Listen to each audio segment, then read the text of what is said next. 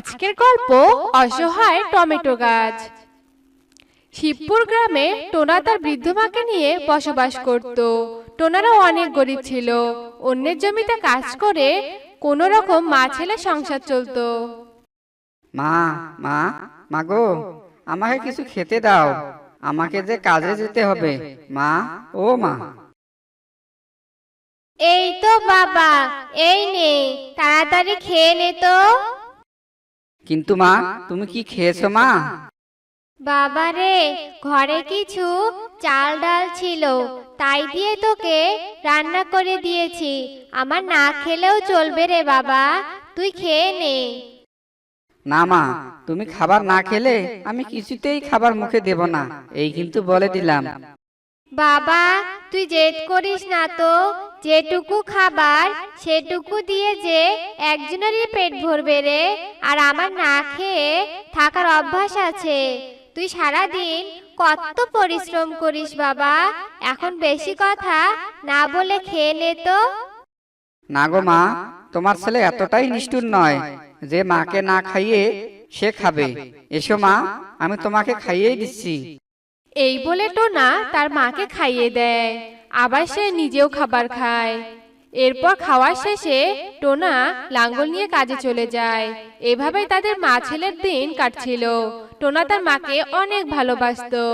এরপর একদিন টোনা কাজে যাচ্ছিল, ঠিক এমন সময় কি ভাই টোনা, লাঙ্গল কাঁধে নিয়ে কোথায় যাচ্ছ?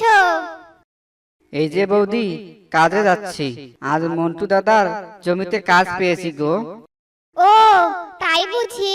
তা বলছি টোনা ভাই, আগে আমাদের জমিটা চাষ করে দিন, আর তারপর মন্টু দাদা জমিটা করবে, কেমন? আর শোনো, আমার কাজের টাকাটা দুদিন পর দিব, কেমন? আচ্ছা ঠিক আছে, কোনো সমস্যা নেই বৌদি, আমি এক্ষুনি আপনার জমিতে চাষ করতেছি, আপনি নিশ্চিন্তে বাড়িতে যান। এই বলে টোনা কাকুলি কাকে জমিতে যেতে থাকে। আর এদিকে কাকুলি হাসতে হাসতে বলে, আরে বাহ, টোনাকে তো খুব সহজেই রাজি করাতে পারলাম। মন্টুর জমির আগে আমার জমিটাই চাষ হবে। টোনাটা যে এত সরল, ভালোভাবে কথা বললেই গলে যায়। তবে টোনা, দুদিন পরে কেন, 7 জন্মেও তুই আমার কাছে টাকা পাবি না। আমি ফ্রিতেই তোর কাছে জমি চাষ করে নিব, হা হা হা। এ বলে কাকুলি হাসতে হাসতে চলে যায়। এদিকে টোনা কাকুলির জমি লাঙ্গল দিয়ে চাষ করতে থাকে। এরপর বিকেল হয়ে যায়। জমি চাষ করা শেষে টোনা বলতে থাকে, আজকে কাকুলি বৌদির জমিতে চাষ করতে বেলা ফুরিয়ে গেল, আজ আর মন্টু দাদার জমিতে চাষ করতে যাব না। শরীরটাও কেমন জানি ভালো লাগতেছে না, না বাড়ি যাই। এ বলে টোনা বাড়ির দিকে যেতে থাকে। হঠাৎ টোনা রাস্তায় পড়ে থাকা নেতিয়ে পড়া একটা টমেটো গাছ দেখতে পায়। তা দেখে টোনার অনেক মায়া হয়। আহারে, এটা তো একটা টমেটো গাছ দেখছি। টমেটো গাছ মনে হয় অনেক অসহায়। চল টমেটো গাছ, তোকে আর অসহায় হয়ে থাকতে হবে না, তোকে আমার বাড়িতে নিয়ে যাব, আর তোকে অনেক যত্ন নেব। চল চল। এ বলে টোনা নেতিয়ে পড়া টমেটো গাছের চারাটা হাতে তুলে নেয় আর বাড়ি ফিরে যায়। বাড়ি গিয়ে টোনা তার মা শিখাকে টমেটো গাছের ব্যাপারে সবটা খুলে বলে। সবটা শুনে শিখা বলে, দে বাবা দে, টমেটো গাছের চারাটা আমাকে দে, আমি এটাকে রোপণ করি। টমেটো গাছের চারাটার যত্ন নিলে ঠিক একদিন চারাটা সতেজ হয়ে উঠবে। এরপর শিখা টোনার কাছে চারাটা নিয়ে তাদের উঠানের এক কোণে রোপণ করে। আর টমেটো গাছের চারাটার অনেক যত্ন নিতে থাকে। আস্তে আস্তে টমেটো গাছের চারাটা সতেজ হয়ে যায় আর বড় হতে থাকে। এভাবেই দিন যাচ্ছিল। একদিন টোনা বারান্দায় বসেছিল আর কি যেন ভাবছিল। তা দেখে শিখা বলে ওঠে, কি রে বাবা, এত কি ভাবছিস বসে বসে, কাজে যাবি না? মা, আজকাল সৎপথে থাকা যে বড়ই কঠিন, কেউ আর কাজেই দিতে চায় না, সবাই শুধু আমাকে দিয়ে অন্যায় কাজ করাতে চায়। কিন্তু মা, আমি তো অসৎ পথে চলতে পারি না, তাই তো এখন আমাকে কেউ কাজেই নেয় না। মা গো, তাহলে এখন কি করে যে তোমার মুখে দুমুঠো ভাত তুলে দেব মা? মন খারাপ করিস না বাবা, একদিন দেখবি আমাদের সুদিন আসবে। যারা সৎ পথে থাকে সৃষ্টিকর্তা তাদের পাশে সবসময় থাকে রে বাবা। টোনার কাজ না থাকায় মা ছেলে আরো কষ্টে দিন কাটাতে থাকে। তাদের পানি খেয়ে দিনের পর দিন কাটাতে হয়। এরপর একদিন, এতদিন থেকে ওই টমেটো গাছটার যত্ন নিচ্ছি, কিন্তু গাছে তো কোনো টমেটোও ধরছে না। গাছে যদি দুই একটা টমেটো ধরতো তবুও সেটা দিয়ে একটু আমাদের সংসারটা কাটতো। যাই তো গিয়ে দেখি টমেটো গাছটার কি অবস্থা। এই বলে শিখা টমেটো গাছটার কাছে যায়। আর শিখা টমেটো গাছটার কাছে গিয়ে দেখে যে টমেটো গাছে অনেক বড় বড় টমেটো ধরেছে। আরে বাহ, টমেটো গাছে দেখি টমেটো ধরেছে। টোনা বাবা, টোনা বাবা, তাড়াতাড়ি এদিকে আয়, দেখে যা, কপাল এবার খুলে গেছে রে বাবা। শিখা ডাক শুনে টোনা ঘর থেকে বাহিরে আসে। আর টমেটো গাছে টমেটো দেখে তো টোনা অবাক হয়ে যায়। মা, আজকে আমাদের এতদিনের পরিশ্রম সার্থক হলো মা। আমি তো মনে করেছিলাম হয়তো এই অসহায় টমেটো গাছ কোনোদিন টমেটো ধরবে না, কিন্তু মা, টমেটোগুলো এত বড় হয়েছে কেন মা? চলো তো মা, একটা টমেটো কেটে দেখি টমেটোর ভিতরে কি আছে। এই বলে টোনা একটা ছুরি নিয়ে আসে আর টমেটো গাছ থেকে একটা টমেটো ছিঁড়ে নেয়। আর যেই টমেটোটা কাটে তখনই টমেটোর ভিতর থেকে হিরে বেরিয়ে আসে। এদিকে তো শিখা, টুনটুনি আর টোনা ভীষণ অবাক হয়ে যায়। কি টোনা বাবা, টমেটোর ভিতরে হিরে ছিল? এটা কি করে সম্ভব? তাহলে কি এই টমেটোর গাছ জাদুই টমেটোর গাছ? এমন সময় টমেটোর গাছটা কথা বলে ওঠে। অবাক হচ্ছ তোমরা? অবাক হইও না, আসলে আমি এক জাদুই অসহায় টমেটো গাছ। আমি সৎ পাখিদের সাহায্য করি। টোনা আমাকে রাস্তা থেকে সৎ মনে কুড়িয়ে এনেছে। আজ থেকে তোমাদের কোনো কিছুর অভাব থাকবে না, কারণ আমার কাছে সারা বছর টমেটো ধরবে। আর সেই টমেটোর ভিতরে একটা করে হিরে থাকবে। তোমরা হিরেগুলো বাজারে বিক্রি করবে আর টমেটোগুলো সবজি হিসেবে খাবে। বুঝেছো? সত্যি টমেটো গাছ, তুমি আমাদের অনেক উপকার করলে। মা, আজ থেকে তোমাকে আর না খেয়ে থাকতে হবে না মা। এরপর থেকে টোনা টমেটো গাছে টমেটো ছিঁড়ে হিরে বের করে আর সেগুলো বাজারে বিক্রি করে। আর আস্তে আস্তে টোনারা অনেক বড় লোক হয়ে যায়। টোনা বনের অসহায় পাখিদের সাহায্য করতে থাকে। তারা মা ছেলে অনেক সুখে দিন কাটাতে থাকে। তাই আমাদের সৎ থাকা উচিত। সৎ পথে চললে সবসময় ভালো কিছুই হয়। এক গ্রামে বাপ মা মরা তিন বোন টুনি, রিপা, ঋতু, টুনটুনি বাস করত। তিন বোন অনেক কষ্টে তাদের বাবা মায়ের রেখে যাওয়া ভাঙ্গা ঘরে বাস করত। তাদের ঘর এতটাই ভাঙ্গা ছিল যে বাতাসে ঘর নড়ে উঠত। একদিন, বোন রে, বনে যে ঝড় বৃষ্টি শুরু হয়েছে, তাতে করে তো এই ঘর ভেঙে যাবে। আর ঘর ভাঙার আগে এখান থেকে সরে যেতে হবে, তা না হলে তো ঘরের ভিতর চাপা পড়ে আমরা সবাই মারা যাব। এই ঝড় বৃষ্টির মধ্যে কোনো আশ্রয়ের খোঁজে এক্ষুনি বেরিয়ে পড়তে হবে আমাদের। চল বোন, আমরা বাইরে যাই। টুনির কথা শুনে রিপা আর ঋতু, টুনটুনি একটু ভেবে বলে, টুনি, তুই ঠিকই বলেছিস, আমাদের প্রাণ বাঁচাতে এক্ষুনি এখান থেকে বেরিয়ে যেতে হবে। চল চল, সবাই এই বাড়ি থেকে বেরিয়ে নতুন আশ্রয়ের খোঁজে যাই। এ কথা বলে তিন বোন সেই ঝড় বৃষ্টির মধ্যে উড়ে উড়ে নতুন আশ্রয় খুঁজতে থাকে। আর টুনি, রিপা, ঋতু, টুনটুনি উড়তে উড়তে বনের অন্য এক জায়গায় চলে যায়। আর তারা হঠাৎ এক জায়গায় তিনটি গাছ দেখতে পায়। তা দেখে তারা নিচে নেমে আসে আর দেখে গাছ তিনটি হলো, একটা আম গাছ, দ্বিতীয়টা আপেল গাছ আর শেষটা নাম না জানা মরা গাছ। তা দেখে রিপা বলে, এখন তো ঝড় বৃষ্টি থেমে গেছে, আর আশ্রয় যদি করতে হয় তবে এই তিন গাছই করা উচিত। শোন রে ঋতু, তুই ওই আপেল গাছটা নে, আর আমি এই আম গাছটা নিব। আর টুনি, তুই ওই মরা গাছটা নে, ওটাই তোর ভাগ্যে ছিল। বাহ, তোরা ওই ফলওয়ালা গাছ নিলি আর আমাকে শেষে কি না ওই মরা গাছটা দিলি। আচ্ছা ঠিক আছে, ওই দুটো গাছ তোরাই নে, আমি তোদের যে কোনো একজনের সাথে থাকবো। এই মরা গাছের নিচে থাকলে তো আমি রোদে পুড়ে বৃষ্টিতে ভিজে কষ্ট পাবো, তোদের সাথে একজনের সাথে থাকলে তো আমাকে আর এই মরা গাছটা নিতে হবে না। ইস, সব কত! রিপা যেভাবে গাছ ভাগ করেছে তাকে সেভাবেই গাছ নিতে হবে, আর আমি কিছুতেই তোকে আমার সাথে থাকতে দিব না। তুই তো অনেক কালো, আর জানিস তো ছোটবেলা থেকে আমি কিছুতেই কালো রং পছন্দ করি না। শুধুমাত্র তুই বোন হোস বলে তোকে কিছু বলতে পারি না আমি। আর এখন যখন আলাদা থাকার সুযোগ এসে গেছে, তবে আমি তোর সাথে কিছুতেই থাকতে পারবো না বাপু। ঋতু ঠিক কথাই বলেছে রে টুনি, আমিও বাপু তোকে কিছুতেই সাথে রাখতে পারবো না। এতদিন পর একটু খোলামেলা থাকার সুযোগ পেয়েছি, সেই সুযোগ তোকে সাথে রেখে আর নষ্ট করতে চাই না।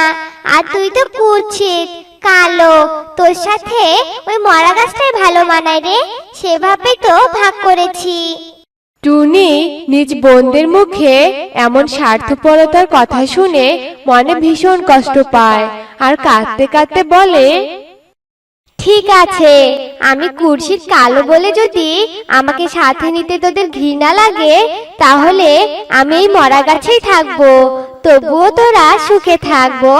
বাবা মাকে যে কথা দিয়েছিলাম তোদের সুখে থাকার জন্য, আমি সব করব। এখন যদি আলাদা থাকতে হয় তবে আমি আলাদাই থাকবো, তবু তোরা সুখে থাক। এ কথা বলে টুনি মরা গাছের কাছে যায় আর মরা গাছের দিকে তাকিয়ে বলে, আজ হয়তো বা আমি এই মরা গাছে আছি, কিন্তু আমি এই মরা গাছের এত যত্ন করব যে এই গাছ একদিন তরতাজা সতেজ হয়ে উঠবে। এভাবেই বেশ কিছুদিন কেটে যায়। টুনি তার মরা গাছ নিয়ে অনেক কষ্টে দিন কাটাতে থাকে। এদিকে রিপা আর ঋতু টুনটুনি তাদের আপেল গাছ আর আম গাছ নিয়ে সুখে দিন কাটাতে থাকে। একদিন ঋতু তার আপেল গাছ থেকে কিছু আপেল নিয়ে রিপার বাড়িতে যায়, আর আপেল দিয়ে ফিরে আসার সময় টুনির সাথে দেখা হয়। টুনি ঋতু টুনটুনিকে বলে, কিরে ঋতু, রিপার বাড়িতে বুঝি তোর গাছের আপেল দিতে গেছিলি? তা আমাকেও তো একটু দিতে পারিস, আমিও তো তোদের বোন হই, তাই না? আমি কষ্ট করে এই মরা গাছের নিচে থাকছি, তোদের কি আমার উপর একটুও দয়া হয় না? একই মায়ের পেটের বোন আমরা, তাই না? বোন হলে কি মায়া দেখাতে হবে? তুই কি আমাদের কিছু দিতে পারিস যে আমাদের কাছে ফল দিব তোকে? রিপা আমাকে তার কাছে আম দেয়, আর তাই বলে আমি ওকে আমার কাছে আপেল দেই, বুঝেছিস? যত সব অন্যের জিনিসের প্রতি নজর দেওয়া বন্ধ করতে টুনি। তুই যেভাবে থাক তাতে আমাদের কোনো যায় আসে না, বুঝেছিস? এ কথা বলে ঋতু টুনটুনি তার আপেল গাছে যায়, আর টুনি মন খারাপ করে তার মরা গাছে আসে। তারপর টুনি প্রতিদিন তার মরা গাছে নদী থেকে পানি এনে দিত, মরা গাছের চারপাশের আগাছা পরিষ্কার করত। টুনির এসব দেখে রিপা আর ঋতু অট্টহাসিতে ফেটে পড়ে, আর রিপা বলে, টুনি, তুই কি পাগল হয়ে গেছিস? ওই মরা গাছে কি আর পানি ঢেলে গাছ কি বেঁচে উঠবে নাকি? তুই পারিসও বটে ফেলে দেওয়া নষ্ট জিনিসের যত্ন নিতে, তার বদলে ওই গাছকে এটা বিক্রি করে নিজের জন্য তো কিছু কিনতে পারিস। তুই বোকা, সারা জীবন বোকাই থেকে যাবি। টুনি ওদের কোনো কথার উত্তর না দিয়ে মরা গাছের আগাছা পরিষ্কার করতে থাকে। একদিন রিপা বাড়ি বানানোর জন্য আম গাছের ডাল কাটতে যায়। তখন আম গাছ রিপাকে বলে ওঠে, না না, তুমি আমার গাছ কেটো না, তোমাকে আমি ফল দেই, থাকার জন্য জায়গা দিয়েছি, অথচ তুমি আমাকে ব্যথা দেওয়ার জন্য ডাল কাটতে চাইছো। আমার ডাল কাটলে তো আমি শুকিয়ে যাব, বেশি ফল দিতে পারবো না। কেটো না, আমার ডাল কেটো না তুমি। আম গাছের এ কথা শুনে রিপা ভীষণ রেগে যায়। চুপ, একদম চুপ। আমার ইচ্ছে হয়েছে আমি তোর ডালটা কাটবো। তুই ব্যথা পাবি বলে আমি আমার ঘর বানাবো না নাকি? তোর কি হয় হোক, তুই তো একটা গাছ, তোর কষ্ট দেখে আমি কি করব? আমি তো তোর সব ডাল এক এক করে কেটে নিব, আর কিছু ডাল দিয়ে বাড়ি বানাবো, আর কিছু ডাল বাজারে বিক্রি করে অনেক টাকার মালিক হব।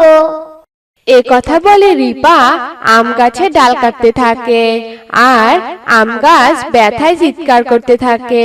এদিকে আম গাছের করুণ পরিণতি দেখে টুনি আর মরা গাছ ভীষণ কষ্ট পায়। মরা গাছ টুনিকে বলে, টুনি, তুমি ওই আম গাছের মতো আমাকেও কেটে ফেলবে নাকি বলো তো? ওই আম গাছ রিপা কত উপকার করেছে, তবুও রিপা তাকে কাটছে, আর আমি তোমাকে কিছুই দিতে পারি না। তাহলে আমার পরিণতিও বুঝি ওই আম গাছের মতো হবে, তাই না? হঠাৎ করে মরা গাছের কথা শুনে টুনি চমকে ওঠে। এ কি, তুমি না মরা গাছ ছিলে? তুমি কিভাবে কথা বলছো? মরা গাছ আবার কথা বলতে পারে নাকি? আমি পুরোপুরি মরিনি গো, অযত্ন আর অবহেলাতে দিন দিন শুকিয়ে কাঠ হয়ে গিয়েছিলাম। ভাগ্যিস সৃষ্টিকর্তা তোমাকে আমার কাছে পাঠিয়েছে। তোমার যত্নের জন্যই আমি আবার প্রাণ ফিরে পেতে চলেছি, তা না হলে তো আমি কবেই মরে যেতাম। মরা গাছের এমন কথা শুনে টুনি ভীষণ খুশি হয়, আর দিন দিন মরা গাছের যত্ন আরো বাড়িয়ে দেয় টুনি। আর এদিকে রিপা আর ঋতু তাদের আম গাছের আর আপেল গাছের ডাল কাটতে কাটতে গাছ দুটোকে মৃতপ্রায় বানিয়ে দেয়। একদিন রিপা আর ঋতু টুনির কাছে এসে বলে, শোন টুনি, বাজারে এখন কাঠের দাম অনেক, তুই এই মরা গাছটা রেখে কি করবি? তার বদলে তোকে একটা বুদ্ধি দে, এই গাছটা বাজারে বিক্রি করে দে, দাম কিন্তু অনেক পাবি। এ কথা শুনে টুনি ভীষণ রেগে যায়, আর টুনি বলে, আমি তোদের মতো লোভী নই, বুঝেছিস? আমার ভাগের মরা গাছ দিয়ে আমি কি করব না করব সেই সিদ্ধান্ত আমার, তোদের কিছু বলতে হবে না। তোরা এখন এখান থেকে চলে যা, তো চলে যা বলছি, যা। টুনির এমন কথা শুনে রিপা ঋতু মুখ বাঁকিয়ে সেখান থেকে চলে যায়। আর এভাবে আরো বেশ কিছুদিন কেটে যায়। টুনি হঠাৎ একদিন সকালে উঠে দেখে মরা গাছ সতেজ হয়ে গেছে, আর সে গাছে অনেক হিরে জহরত ধরেছে। তা দেখে টুনি আরো অবাক হয়ে যায়। এ কি করে সম্ভব? গাছে আবার হিরে জহরত ধরে নাকি? আমি যে নিজের চোখে বিশ্বাস করতে পারছি না। টুনি, আমাকে দেখে অবাক হওয়ার কিছুই নেই। আসলে আমি এক জাদুই গাছ। অযত্নের কারণে আমি আমার শক্তি হারিয়ে ফেলেছিলাম, আর তোমার যত্নের কারণে আমার কাছে হিরে জহরত ধরেছে। তুমি যেহেতু আমাকে যত্ন করে জীবিত করে তুলেছো, তবে এইসবের মালিক তুমি। টুনি গাছের এসব কথা শুনে ভীষণ খুশি হয়। এদিকে মরা গাছে এত হিরো জহরত দেখে রিপা আর ঋতু হাই হাই করতে থাকে। হায় হায় রে, টুনিকে কত অবহেলা করে মরা গাছটা ওকে দিলাম, আর টুনির গাছে কিনা হিরে জহরত ধরেছে, আর আমরা দুবো নিজেরাই বাছাই করে ওই সাধারণ গাছ নিয়েছিলাম। কি বোকা আমরা! এ কথা বলে রিপা আর ঋতু কপাল চাপড়াতে থাকে। এদিকে টুনি তার মরা গাছের হিরে জহরত দিয়ে অনেক বড়লোক হয়ে যায়, আর সুখে শান্তিতে দিন কাটাতে থাকে।